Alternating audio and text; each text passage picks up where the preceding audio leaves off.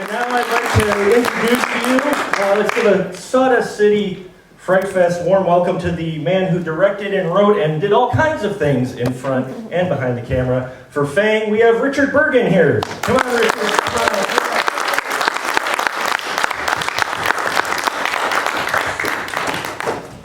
I had the pleasure of meeting Richard a year ago when he was just starting to talk about his film at the Twisted Dreams Fest. So, Richard, why don't you tell us a little bit about yourself? Oh, hi, my name is Richard Burgin. I am a filmmaker, and yeah, I guess I've done a bunch of different jobs for FANG, so I'm the guy whose name was in the credits at the beginning. That's my short bio. Now, where did the idea for FANG come up? Where did you get your inspiration for this very mature film? Oh, thank you. Well, it was, there was one time at my dad's house when we had a brown recluse infestation, and, there are all these little, well, not so little, but all these venomous spiders in there, and one of them almost bit me. It was about a foot away from my foot while I was in my bedroom, so I started thinking, what would happen, and then, of course, you can't have Billy turning into a spider. That would be like Spider-Man, so, and you can't have him turning into like a cockroach, because we had cockroaches in there too, because that would be like the metamorphosis. So I decided, he can get bitten by a rat and start turning into a rat, and that was how I came up with the idea for FANG. Now that's fantastic. Now you managed to get Lynn Lowery for this film. Could you tell us a little bit how she became involved with playing the mother? Well, Lynn actually reached out to me first. I made a post on Facebook. It wasn't even a post, it was a comment on somebody else's post where I mentioned, hey, I'm going to be making a movie, hopefully. I said something like that, and then Lynn messaged me and said, "Hi, Richard, I saw that you're making a movie. I was wondering if you have a part in it for me." And then right away I thought, oh yeah, you bet I do. And so I started rewriting the script to make her role bigger, because it was originally going to be Billy's dad that has Parkinson's, so I decided, no, it's going to be his mom, and there's going to be no dad in the movie. It's just going to be a mother and son relationship, so that was, and her role became very, very prominent in FANG. What was that like, directing Lynn Lowery, being who she is? What was that like?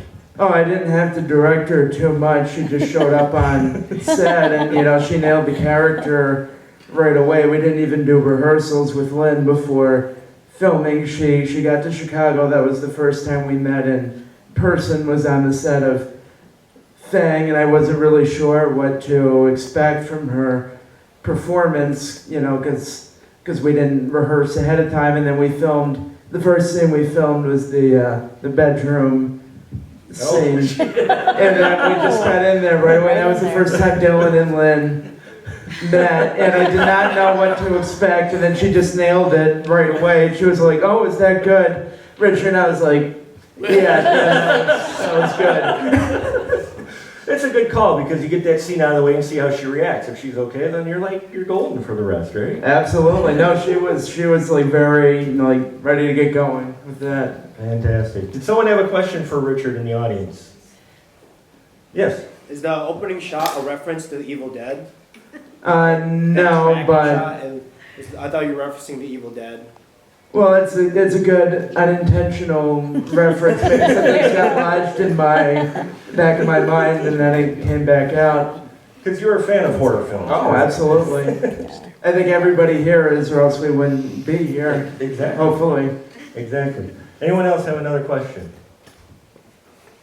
Anyone else? Oh, come on, don't be shy. Yes, go ahead.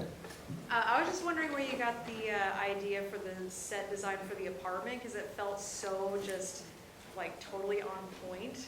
But I feel like that's hard to do and not be overboard, So I was just wondering how you came up with the idea of how to decorate the apartment.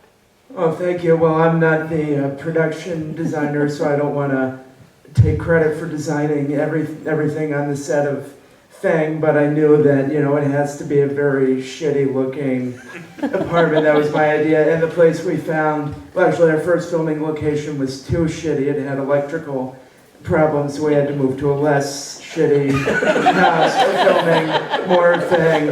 But there was still, like an exposed pipe in the wall that was already there, and that was, I was very lucky. So I'm like, yeah, we need a shot of that. We need a shot of vomit on the floor, and all of this good stuff. Yeah. You captured mental illness very, very well. The terror, the fear, the agony. I was wondering, if it's too personal, don't answer. But if any of the writers or people had a history of mental illness to look at, I'm very interested in using mental illness in film. Oh, I have a long history with mental illness. In fact, if the screening had been 4 months ago, I wouldn't have been able to make it because I was in the mental hospital. Then it was a case of life imitating art, because FANG ends with Billy going to the mental hospital, and little did I know that would also happen to me.